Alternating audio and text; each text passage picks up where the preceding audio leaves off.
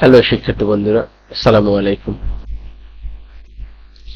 আপনাদেরকে আজকে দেখাবো কিভাবে এসএসসি এবং এইচএসসি জেনারেল বা কারিগরি বা মাদ্রাসা বোর্ডের মার্কশিট দেখবেন। চলুন দেখে আসি। যে কোনো ব্রাউজার নেবেন, প্রথমে শুরুতে আপনি ব্রাউজার নিয়ে সার্চ বক্সে লিখবেন EDUCATION এডুকেশন বোর্ড বাংলাদেশ লেখা এন্টার দিবেন। এখানে আসবেন এডুকেশন বোর্ড বাংলাদেশ, এইটাই ক্লিক করবেন।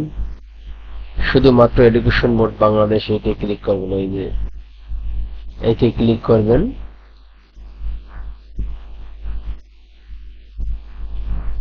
দেখেন একটা পেজ আসবে। পেজে প্রথমে দেখা আছে এক্সাম কোন কোন রেজাল্ট বের করতে চান, এসএসসি, জেএসসি বা এসএসসি দাখিল, SSC vocational, HSC Alim, HSC vocational, HSC BM, diploma in, তারপর যে ডিপ্লোমা ইন বিজনেস ম্যানেজমেন্ট। আমি দেখতে চাই এসএসসি রেজাল্ট, তাহলে আমি প্রথমটাই ক্লিক রাখলাম। আমি দেখছি 2024 সালের রেজাল্ট। আমাদের বোর্ড হলে যাইয়া বরিশাল বোর্ড। আপনার যেই বোর্ডের আওতায় আছেন ওই বোর্ডে আপনি ক্লিক করবেন। আপনি যদি ঢাকা বোর্ডের আওতায় থাকেন ঢাকা বোর্ড ক্লিক করবেন।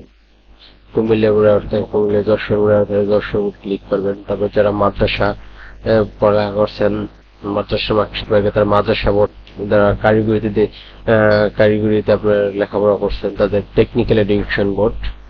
তাহলে আমাদের বোর্ড হলো বরিশাল, আমি বরিশালেরটা দেবো। যেহেতু জেনারেল, প্রথমে রোল নাম্বার উঠাবেন।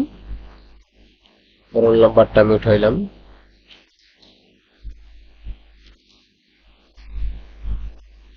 তারপরে রেজিস্ট্রেশন নাম্বার উঠাবেন।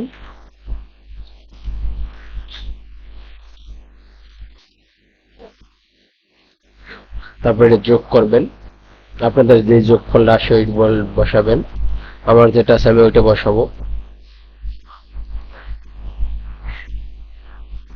15 আসছে, আমি 15 বসাই দিলাম। তারপর সাবমিটে ক্লিক করবেন। ক্লিক করার সাথে সাথে দেখেন রেজাল্ট কিন্তু চলে আসছে। এখন এটা আপনি প্রিন্ট করবেন। যদি প্রিন্ট করতে চান সেক্ষেত্রে আপনি করবেন, ক্লিক করে তারপরে এই তিনটা আইকন দেখা যাচ্ছে ফোটা ফোটা, এই তিনটে ক্লিক করে তারপর প্রিন্টে ক্লিক করবেন। তারপরে এখন সেভ দিলে সেভ হয়ে যাবে। আমি এটা সেভ করে রাখতে চাই ডেস্কটপে, তাহলে সেভ করে। হ্যালো ভিউয়ার্স, আজকে এ পর্যন্তই। ভিডিওটা দেখে যদি আপনি উপকৃত হন অবশ্যই চ্যানেলটা সাবস্ক্রাইব করবেন এবং লাইক কমেন্ট দিয়ে সাথে থাকবেন। ধন্যবাদ। আল্লাহ।